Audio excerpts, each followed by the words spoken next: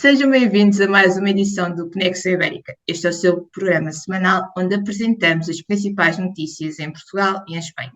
Mais um programa tem comigo o meu colega Pablo González. Olá, Pablo, tudo bem? Todo bien. Quais é que são os temas da semana? Pues el primero, el último editorial sobre Supercopas y otras reivindicaciones deportivas ibéricas a reivindicar. Después un artículo de opinión sobre cómo está Cuba en la actualidad y una reflexión histórica. Y por último comento un artículo de José Antonio Rocamora, historiador, sobre la última visita del Papa a Timor y las relaciones que tiene este país con España. Exato. Então vamos começar com o desporto. Algo que eu próprio já falei algumas vezes aqui no Altrapeso em relação ao futebol, de uma supertaça ibérica ou uma competição ao género como se faz entre os Estados Unidos e o México, que eles apelidaram de Leagues Cup. Será que seria possível avançarmos com uma maior união nos desportos? Bueno, pues todo apunta a que sí, y hay razones históricas, porque hay muchos ejemplos. Es verdad que a veces falta constancia, depende del deporte, lo comentaremos, pero sí que podemos anunciar de que hay una nueva moda y yo creo que viene en coherencia con todas estas ideas que venimos planteando en los últimos años. Es decir, y bueno, y en el trapecio, en esta serie de editoriales Camino a la Cumbre Ibérica, pues también reivindicamos, en este editorial número 8 las supercopas y otras competiciones deportivas ibéricas, ¿no?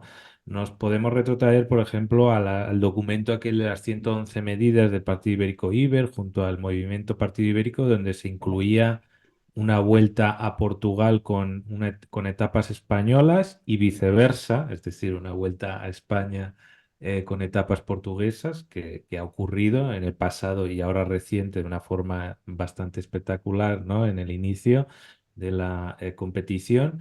Evidentemente, el debate de la Liga de Fútbol Ibérica lo hemos venido acompañando aquí, Copa Ibérica, que es más sencillo que una liga.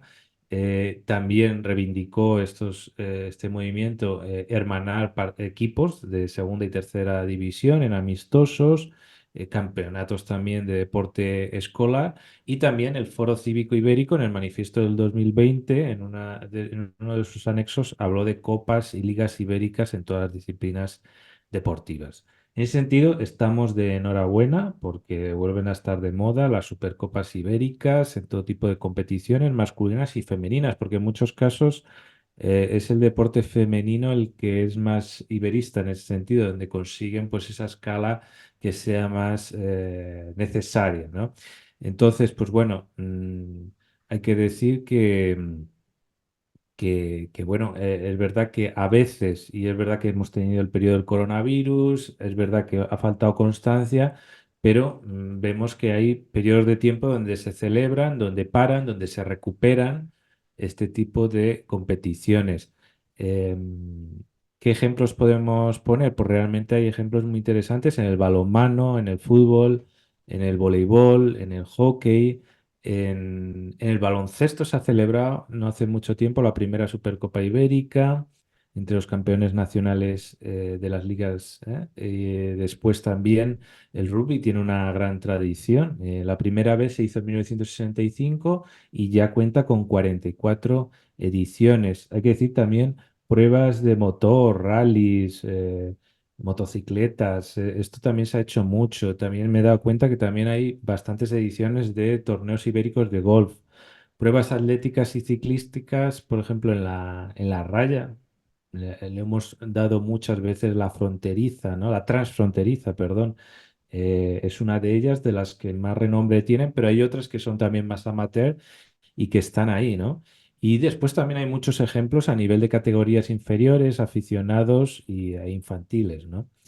Y bueno, creemos que este iberismo deportivo, y claro, si lo llevamos a lo futbolero, que es lo más, el deporte como más popular, por la manera, en ese sentido, de popularizar esa conciencia de afinidad ibérica, ¿no? Sin renunciar, evidentemente, a la propia nacionalidad, ¿no? Simplemente hacer un marco de competiciones amistosas y profesionales que creo que ayudarían a también a conocernos mejor, porque también los aficionados se mueven y sirve también de excusa para conocer más cosas del país vecino. Ahí tenemos también la vuelta que ha servido para conocer mejor el país vecino y promocionarse turísticamente. Evidentemente ha sido un anuncio brutal, ¿no? Y eficaz. En el fútbol podemos relatar que ha habido Copa Ibérica de Fútbol, que también se ha llamado Supercopa, Recopa Ibérica. Tuvo precedentes en 1935, 41, 83, 91, 2000, 2005. También ha habido un trofeo ibérico, más de tipo torneo de verano, muy típico en Badajoz, incluso el torneo de Badajoz que tuvo cierta continuidad en 2005, aunque no se hacía con el nombre de ibérico, tenía esa proyección y esa marca de lo ibérico. Hay que decir que ese torneo, trofeo ibérico llamado así, se disputó entre 1967 y 1986. No es poca cosa, ¿no? Prácticamente 20 años. Y bueno, pues también ha habido ediciones de Copa Ibérica de Fútbol en 2005, 2016, 2017, 2018 con diferentes características. En 2019 la Liga Española y Portuguesa quisieron organizar un nuevo torneo de pretemporada con 4 equipos. Y bueno, y desde Portugal también hemos relatado la necesidad y bueno, ciertas declaraciones de diferentes personalidades de cómo una liga ibérica podría, en términos de rentabilidad, ser muy buena para los equipos portugueses, ¿no? Hay que decir que este año la Diputación de Huelva se ha postulado para organizar una Supercopa Ibérica de fútbol. No lo sabemos exactamente. Yo entiendo que ha afectado estos años el tema del coronavirus, pero yo creo que sí que tiene muchas posibilidades de que se recupere lo antes posible. ¿Qué más? Bueno, a nivel de organización de grandes eventos internacionales, evidentemente está ahí el Mundial que este es para el 2030 con Marruecos, pero es un gran ejemplo. Hay gente que habla ya de unas posibles Olimpiadas, también se pueden organizar en a nivel conjunto. La vuelta ya hemos hablado de ella, que bueno, que ha tenido algunas ciertas polémicas. Tú misma nos vas a contar también qué perspectivas y qué interpretaciones ha habido, ¿no? Pero yo creo que el balance es muy bueno y quien tiene la mentalidad abierta y que quiere apostar a lo grande ha visto que evidentemente solo trae ventajas esto, ¿no? Que se puede adecuar también una vuelta a Iberia, a tener gestos también con el lado portugués, pero recordemos que esto también lo lleva una empresa privada, entonces pues tampoco es una cosa de gobiernos, ¿no? Y bueno, por último también decir que Antonio García Salas, que también forma parte del Foro Cívico Ibérico, él sí que está apostando por una candidatura a una Olimpiada conjunta entre Madrid y Lisboa para 2040. Entonces, también en ese sentido, yo creo que puede ser también Lisboa fica com as un buen provas broche. marítimas. Lisboa, já que temos um grande braço de mar, ficamos com a parte Ah, marítima. pues sí, sería extraordinario, la verdad. No, realmente es imbatible. Cuando se juntan los dos, realmente las ventajas que hay por un lado y por otro es impresionante. Mas há surf na Nazaré, pior é que provavelmente os surfistas não aguentavam as ondas do canhão, mas pronto. Bueno, pues ahora si te parece, comento la segunda noticia. Agora passamos para Cuba. Muy bien, pues vamos a contar, porque normalmente a veces Cuba suele aparecer de vez en cuando en el noticiero internacional, ahora menos porque Venezuela es el foco, tiene que ver, no es lo mismo, pero tiene que ver. Y realmente, pues bueno, la revolución está llegando a un punto de agotamiento muy fuerte, ¿vale? A nivel de escasez, comentaré algunas cuestiones, a veces esto no llega, pero bueno, lo que he intentado hacer en un artículo es una interpretación desde España de lo que es la Revolución Cubana, ¿no? Hablo del ocaso del quijotismo mágico, ¿no? Mucha gente ha simpatizado por esa idea de débil contra el grande, pero que también encierra algunas trampas, ¿no? Comento eso de que Fidel Castro se le ha visto como un Don Quijote de La Habana, como decía Hugo Chávez. El mismo él mismo también, y recuperé una foto, ¿no? Con el primer libro que imprime la imprenta de la Revolución, que es Don Quijote de la Mancha, y él sale con el libro y él mismo se autoveía así un poco, ¿no? Y bueno, también ese elemento del factor hispano puede ayudar a entender la durabilidad y la causalidad de la Revolución cubana, en el sentido de que la Revolución cubana podía ser como una revancha de la guerra hispano-estadounidense de 1898, que perdió España, y de alguna manera el propio Fidel Castro siempre ha rendido homenaje a los marineros españoles que perecieron en aquella batalla.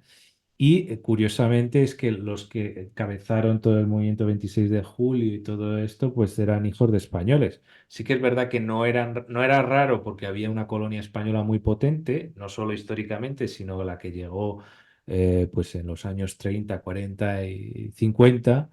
Y bueno, pues hubo esa revolución donde culturalmente se afirmaron en lo hispano, un poco en lo ruso, porque evidentemente se apoyaron en Rusia posteriormente, pero de alguna manera como un muro numantino contra el norte anglo, ¿no? Entonces, pues bueno, por ahí hay un tipo de interpretación interesante, ¿no? Después también hay que entender que Fidel Castro, aunque al principio parecía bueno, es un nacionalista moderado, pero se radicalizó porque reaccionó Estados Unidos rápidamente y él se radicalizó. Bueno, esto hay que tener cuidado porque él desde el comienzo quería ocupar todo el poder y hubo una lucha interna en el propio movimiento y fueron purgados los disidentes y empezó a avanzar y fue súper radical desde el comienzo. Él mismo había estudiado Lenin, había estudiado también el libro de la técnica del golpe de Estado de Curzio Malaparte. Y bueno, pues en ese sentido hay que entender que lo que representa Fidel Castro en ese momento, ¿eh? Y hay que decir que Cuba es un sitio de una buena población donde tiene sentimientos muy amistosos en general con España y también con Estados Unidos. Es decir, que hay una cierta compatibilidad con una cierta anglofilia y hispanofilia, pero la Revolución Cubana evidentemente apuesta por una anglofobia, ¿no? Entonces, Fidel Castro, pues sí que hizo una leyenda negra sobre la Cuba republicana, no con la Cuba española, pero sí la Cuba republicana que va desde 1902 a 1959. Y a pesar de que ha tenido mucha inestabilidad política, con ciertas dictaduras, con ciertos pluralismos, pero Cuba era uno de los países, antes de la Revolución Cubana, más adelantados de América Latina. Y yo ahí expongo 22 puntos donde rebato la narrativa oficial que nos ha llegado desde Cuba y realmente era una sociedad más avanzada. Incluso en tiempos de la Cuba española era de lo más avanzado respecto a los países independizados anteriormente. Y bueno, comento una serie de anécdotas, como el choque que hubo entre el embajador de España y Fidel Castro, que bueno, que fue un choque más bien por la forma que tuvo Fidel Castro a la hora de denunciar ciertas complicidades de la embajada española, cuando en realidad era una ingratitud porque Fidel Castro consigue el poder inicialmente también gracias a ciertas complicidades del gobierno norteamericano y español, aunque la percepción a años vista parezca diferente. Y bueno, y hay que decir que la relación de Franco con Fidel Castro pues fue correcta. Es decir, ellos dos por ideología no podían tener relación directa, pero a nivel comercial la relación fue brutal y Franco soportó todas las presiones de Estados Unidos del exilio y mantuvo la relación directa. Y Fidel Castro incluso, él reconoce que estuvo muy agradecido a Franco y puso 3 días de luto cuando murió porque resistió a todas las presiones, incluso a ciertas críticas del propio Castro y mantuvo la relación comercial, cosa que él le agradece enormemente, ¿no? Hay que recordar que el padre Fidel Castro es gallego, que luchó del lado de los soldados españoles contra la independencia de Cuba. Él visitó la casa de su padre allí, también sus hermanos lo visitaron en Lugo. Y bueno, pues después posteriormente ha tenido muchas buenas relaciones también con el rey de España, con Manuel Fraga. Y bueno, cuento ahí en profundidad un poco todo ese tipo de relación. Y hay que decir que hoy en día Cuba está cada vez más vacía, vive un decrecimiento, un envejecimiento demográfico, se recrudece la escasez alimentaria, los cortes de agua y apagones, ¿no? Ellos ponen la excusa del bloqueo, pero realmente em, pueden comerciar con el resto del mundo y deberían haber sido capaces de generar un mínimo sistema eficiente como para mejorar, no digo para superar a otras sociedades occidentales, pero sí para ir mejorando poco a poco y esto no lo han conseguido, ¿no? Entonces, pues realmente, y después también es ridículo que tú te quejes de que no comercia el país que tú has declarado enemigo. Es decir, si tú quieres comerciar con ese país, pues en primer lugar tienes que intentar restablecer las relaciones. ¿Y cuál es el origen del bloqueo? Las nacionalizaciones, ¿vale? Entonces le tendría que indemnizar primeramente a todos esos que expropiaron. Quiero decir que otros países sí que indemnizó, ¿eh? Por debajo, evidentemente, de los valores, pero sí, y entre ellos a los comerciantes españoles, que muchos fueron expropiados, fueron indemnizados, ¿eh? Y vamos a ver, hay unas propuestas del hijo de Fidel Castro de volver al manifiesto de la Sierra Maestra, que era un manifiesto abierto, nacionalista moderado. Y a este señor, a este hijo de Fidel Castro, ya le han dicho que deje de tocar Twitter y ha dejado Twitter, ¿no? Por decir esas ideas por ahí. Y bueno, pues el Silvio Rodríguez también, después de haber defendido toda su vida, ha dicho, "Oye, ya basta con la excusa del bloqueo". Y es verdad, porque al final hay un bloqueo anterior, que es el interno a las fuerzas productivas. Y en ese sentido, como yo lo que propongo es que, bueno, que España, igual que está haciendo ahora con Venezuela, pues de alguna manera también ayude a esa transición y de alguna manera esa parte del aparato, yo creo que una parte del aparato a lo mejor más reformista sí que se puede quedar para una transición, pero a lo mejor otro temporalmente, a lo mejor habría que sacarles de la isla y traerles aquí, como tiene esa vinculación hispano-descendiente la isla, pues traerlos aquí. Y evidentemente en esa transición España tiene que tener una presencia importante y el espacio iberoamericano, que hay que decir que el Partido Comunista de Cuba sí que aceptó el espacio iberoamericano y se ha portado bien con ese espacio y que las relaciones de amistad con Cuba tienen que ir más allá de la ideología, ¿no? Entonces, en ese sentido, vamos a ver si podemos ayudar a que La Habana se vuelva a convertir en una capital hispana mundial como lo fue en el pasado y que creo que hace falta un poco para desatrancar las relaciones que hay allí entre las Américas y que en América del Sur se forme un polo fuerte, ¿no? de contrapeso a Estados Unidos, pero que también haya unos ciertos países como Cuba y México que hagan un poco de mediación con Estados Unidos y bueno, y que esta espacio del mundo vuelva a tener una relevancia internacional. Um facto curioso só sobre a Revolução Cubana. Nela, especialmente na parte da imprensa nacional de Cuba, participou, esteve presente em tudo a filha do diretor da PIDE, DGS em Portugal, na altura da queda do Estado Novo, ou seja, uma menina de bem e criada durante a ditadura de Portugal, fez parte da Revolução Cubana e teve ligações e tudo com o Che Guevara, mas pronto, esta história e tudo foi contada há pouco mais de um ano pela RTP numa série. Sí, sí, sí, muchas veces se explica muchas actitudes revolucionarias a veces por un problema con Com la os pais? anterior generación, con una rebeldía frente a los padres. Hay mucho de esto también, de explicación. Exato. Agora vamos passar para Timor-Leste, recebeu a visita do Papa Francisco, que fez mais um recorde. Aliás, a missa que deu é o maior evento de massas na história do país. Mas qual é que é a ligação deste pequeno Estado com Espanha?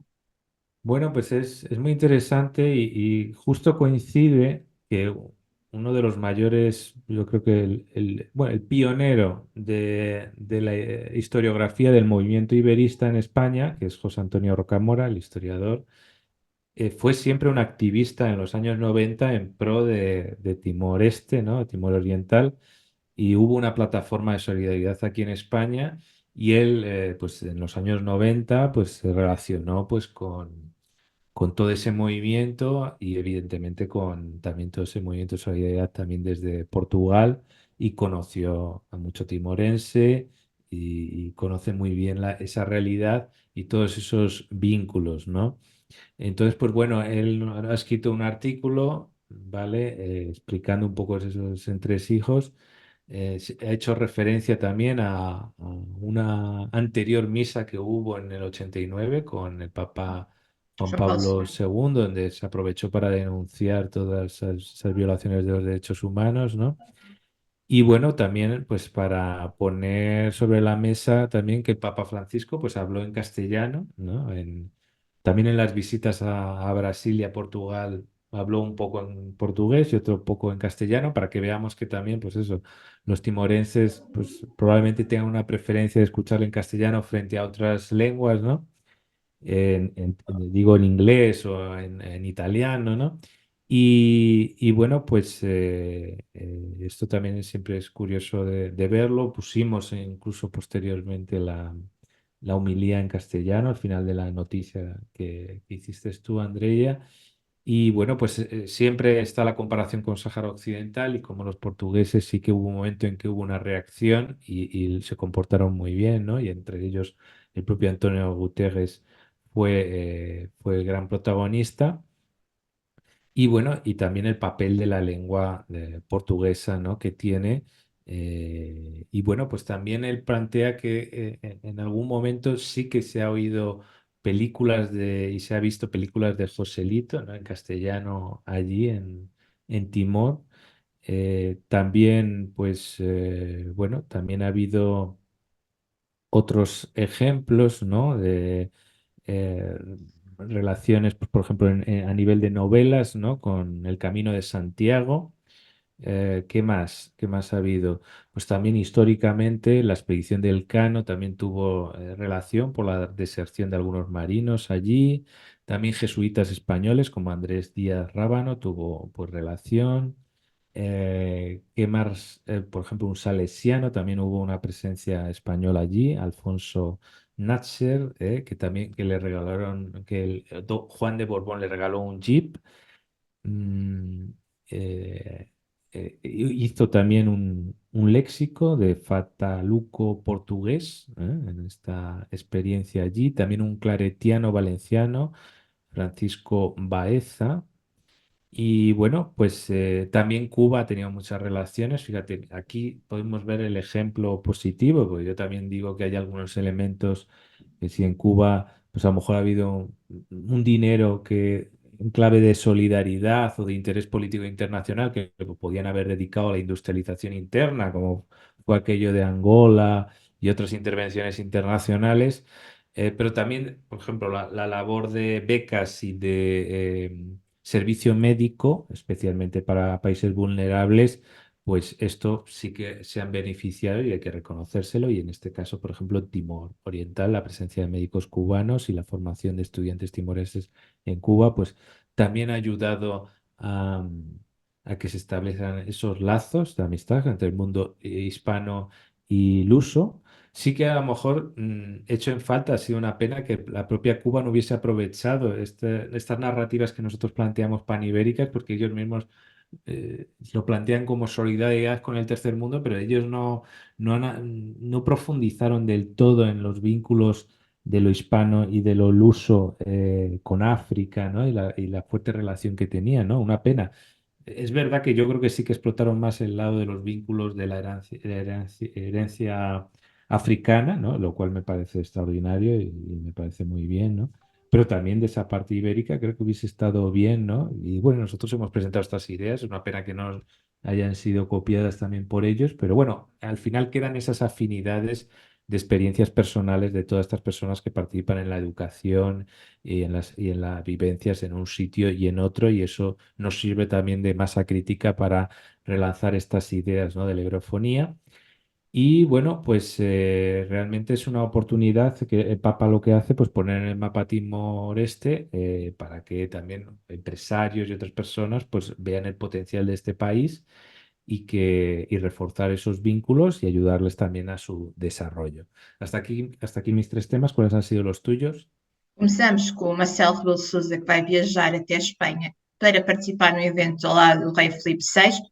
Passamos para a Guarda Civil, que está a participar ao lado das autoridades portuguesas na busca por um grupo de 5 presos que fugiram. E para terminar, algumas conclusões sobre a passagem da Vuelta à Espanha por Portugal. Muy bien. Vamos a ver esa visita a España, que no va a ser en la península, ¿no? Cuéntanos. Não, exato, não. O Marcelo Rebelo de Sousa vai estar nas Ilhas Canárias. Bem, então o Presidente da República de Portugal, Marcelo Rebelo de Sousa, vai estar entre 18, 19 e 20 nas Canárias para participar de dois eventos, um deles onde vai estar ao lado do rei Filipe VI. A Constituição portuguesa é algo muito peculiar, porque o Presidente da República, mesmo sendo o chefe de Estado, para se deslocar para fora do país tem que pedir autorização à Assembleia da República, que durante o período de agosto estiveram de férias, mas mesmo assim interromperam as suas férias para dar autorização ao Presidente para se deslocar até ao país vizinho. Esta deslocação já devia ter acontecido há alguns dias, mas teve que ser suspendida devido ao sismo que houve aqui em Portugal, mas vai acontecer dias 18, 19 e 20. Bem, o primeiro evento onde Marcelo Rebelo de Sousa vai participar vai ser no segundo encontro de ministros da Justiça de língua portuguesa e espanhola. Depois deste encontro, que sai entre os dias 18 e 19, Marcelo vai para mais uma cimeira da COTEC, onde vai estar aqui ao lado do rei Filipe VI e do presidente da República de Itália, Sérgio Mattarella. Bem, esta reunião, que vai para a sua 17ª edição, vai ter como tema fulcral a tecnologia, de que forma esta pode ajudar na soberania de cada um dos países. Como é óbvio, aqui nunca podemos esquecer a inteligência artificial e o papel dela na segurança. Bem, a COTEC é um encontro que acontece todos os anos e vai rodando entre cidades de Portugal, de Espanha e de Itália. E pronto, esta vai ser um pequeno resumo da agenda de Marcelo Rebelo de Sousa para a próxima semana em terras espanholas. Muy bien, pues para el trapecio realmente son dos eventos fundamentales, así que estaremos muy atentos y desgranaremos toda la información. Ahora pasamos a, bueno, una situación un poco tragicómica, ¿no? Pero que revela algunos problemas estructurales de seguridad, ¿no? En Portugal. Exato, agora vai ser o momento Cidade Alerta da Record TV. Para quem conhece, é um programa sobre crimes. Bem, então o que aconteceu em Portugal no passado sábado, de uma prisão que é considerada de alta segurança, que é o Vale dos Judeus, um grupo de 5 criminosos que estão presos por crimes desde tráfico de droga, sequestro, roubo a bancos, etc, etc. Fugiram desta cadeia usando uma escada e algumas cordas. Bem, isto é tragicómico porque a fuga destes suspeitos considerados altamente perigosos foi alertada às autoridades cerca de 40 minutos depois e ninguém sabe onde eles estão. E pronto, este grupo, que é considerado altamente perigoso, novamente, tem 5 pessoas, 2 delas são portuguesas, 3 são estrangeiros, um deles é um cidadão argentino, procurado na Argentina também, por rapto de filhos de governantes, incluindo o antigo Ministro da Saúde. Bem, de onde é que entra aqui a Guarda Civil? Pronto, a Guarda Civil está a ajudar no controle das fronteiras. As fronteiras não estão fechadas, estão a ser mais controladas, especialmente na zona da Galícia e ali em Huelva, Badajoz. Bem, quem for para aquela zona da fronteira poderá encontrar vários carros, não só da polícia portuguesa, mas também da Guarda Civil. A Interpol já emitiu também um mandato de busca e captura de estes 5 indivíduos. E a imprensa, também ali da zona da fronteira, já deu a notícia deste desaparecimento e pede às pessoas que os possam ver para que não entrem em contato com eles, mas que alertem as autoridades, já que estamos a falar de 5 pessoas que é que têm a pena de prisão mais longa, e tudo são 25 anos, que cá em Portugal é o tempo máximo que uma pessoa pode estar na cadeia. Por isso, claramente não é a fuga mais espetacular da história de Portugal. Isso aconteceu na mesma prisão, onde escaparam há 38 anos 135 presos, mas é uma fuga que demonstra o estado deplorável em que as cadeias em Portugal se encontram. Bueno, pues este susto puede servir para que sirva, ¿no? De impulso, ¿no? A esa mejora. Y por Veremos. último, unas consideraciones finales sobre la vuelta, ¿no? Que ha tenido un impacto importante, ¿no? En Portugal. Agora que a Vuelta à Espanha terminou, com a vitória de Primoz Roglic, que é a quarta vez que Iturbe vence esta competição, vamos deixar aqui algumas conclusões. Bem, a Volta à Espanha é a segunda vez que passou por território português, teve aqui todo o seu arranque, teve 3 etapas, passou por zonas como Oeiras, Torres Vedras ou Castelo Branco. E ainda antes do início desta competição, já algumas localidades pediam para que voltassem novamente, estavam dispostas a investir, porque ter uma passagem, mesmo que seja pequena, do pelotão da volta à Espanha por, sei lá, imaginem, pela zona da batalha, é um golpe de marketing tão grande como um anúncio em Times Square. Bem, o governo português já tinha anunciado e tudo que estava em negociações com a empresa responsável pela volta à Espanha, já que não é uma coisa do governo, mas sim de uma empresa privada para um regresso a Portugal, dentro de um período de tempo não tão longo como o anterior, foram mais de 20 anos, e tudo o diretor desta competição, quando saiu de Portugal, deu uma entrevista aos meios de comunicação portugueses e afirmou que os 3 dias tinham sido excelentes e que claramente voltariam a Portugal, só que não sabiam indicar uma data em específico. Bem, como em tudo há sempre, que em Portugal chamamos os velhos do Restelo, e a parte engraçada é que a volta começou na zona de Itu do Restelo, mas pronto, houveram vozes de velhos do Restelo que se opuseram a o início desta competição em Portugal. Não entendo o porquê, porque tantas competições de ciclismo e não só são de um país e começaram noutro. A própria Supertaça de Espanha está a ser feita na Arábia Saudita, que é um país que em princípio não tem nenhuma ligação com a Espanha, mas pronto. Acredito que a passagem da volta à Espanha a Portugal teve um impacto não só a nível desportivo, mas também turístico, e ajudou a mostrar uma zona do país que a volta a Portugal não mostra talvez há 10 anos. E tudo no artigo que eu escrevi para o Ultrapés, onde deixei algumas conclusões sobre esta competição, falei o porquê de a volta a Portugal não passar tanto pelo sul de Portugal, algo que a volta à Espanha mostrou, e como poderíamos juntar a raia a uma volta a Portugal mais ampla, porque não temos volta a Portugal a começar na zona do Algarve, na zona de Faro, subir a linha da fronteira, ir até Caminha e depois descermos, é assim, agora em direção a Lisboa, com uma última etapa, como fizeram em Madrid, na capital, aqui chegando ao Terreiro do Paço.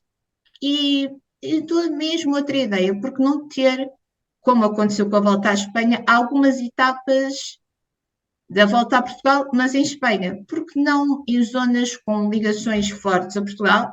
Olivença seria um exemplo disso, ou mesmo a zona da Galícia, ter aí algumas passagens da volta a Portugal. E também neste artigo conto de algumas memórias, não da minha infância, mas sim da infância da minha mãe, que é da zona da Raia, de Barrancos, em que ela diz que quando era criança ouvi tudo uma volta à Raia. Atualmente temos os trilhos de BTT da Raia, mas com a passagem ibérica que houve nesta volta à Espanha, que se foi ligado de Lisboa a Madrid, são mais de 510, se não me engano, quilómetros, provou-se que, se quiser, é possível termos uma competição desta envergadura, ou ligando as duas capitais ibéricas, ou cozendo a raia, ou tendo assim pequenas pontos de passagem de um país para o outro, que é algo interessante e acredito que seja do agrado. Não de todos, como é óbvio, não é possível agradar a gregos e troianos, mas uma boa parte dos amantes do desporto. Muy bien, pues la verdad que ha abierto una línea de debate muy interesante esta vuelta y yo creo que la próxima cumbre ibérica que va a ser en el sur de Portugal y también el debate ese de norte-sur que nos lleva también al asunto del tren, yo creo que se puede llevar a varias esferas y la cumbre y esta cumbre ibérica puede asumir también esa narrativa de cohesionar a Portugal norte y sur y evidentemente por el sur pasa necesariamente por una alianza con España para revitalizar toda esa zona. Y bueno, pues yo creo que por ese camino, la verdad que nosotros pues apoyaremos todas esas iniciativas. Pues muchas gracias, Andrea. Este ha sido el repaso semanal de las principales noticias de España y Portugal, en español y en portugués. Ya sabéis dónde nos podéis encontrar, en redes sociales y en YouTube. Nos vemos la próxima semana. Muchas gracias. Até a próxima.